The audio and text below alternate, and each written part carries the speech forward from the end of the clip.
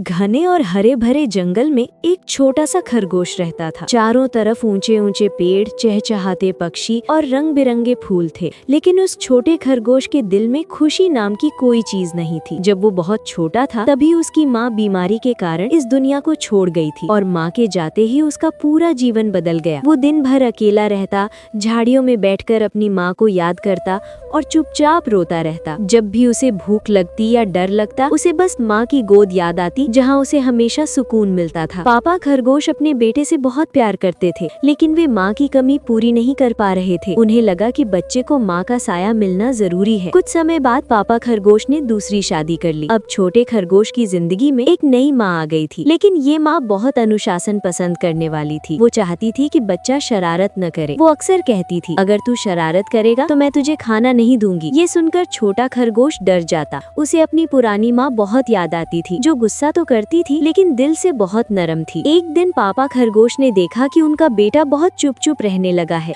उन्होंने प्यार से पूछा, बेटा तू इतना उदास क्यों रहता है? थोड़ी देर चुप रहने के बाद पापा ने फिर पूछा, बेटा तुझे अपनी पुरानी माँ और नई माँ में क्या फर्क लगता है? छोटा खरगोश थोड़ी देर सोचता रहा, फिर भारी आवाज में बोला, पापा मेरी पुरानी माँ झूठ बोलती थी और मेरी नई माँ सच बोलती है। ये सुनकर पापा खरगोश चौंक गए। उन्होंने पूछा, बेटा तेरी माँ झूठी कैसे हो सकती है? छोटे खरगोश की आंखों में आंसू आ गए। पापा मेरी पुरानी माँ कहती थी कि अगर तू शरारत करेगा तो मैं तुझे खाना नहीं दूंगी, लेकिन पापा मैं फिर भी शरारत करता था और वो मुस्कुराकर मुझे गोद में बिठाकर प्यार से खाना खिलाती थी। नई माँ भी यही कहती है, लेकिन पापा आज मुझे 3 दिन हो गए हैं, मैं सच में भूखा हूँ। ये सुनकर पापा खरगोश की आंखें भर आईं।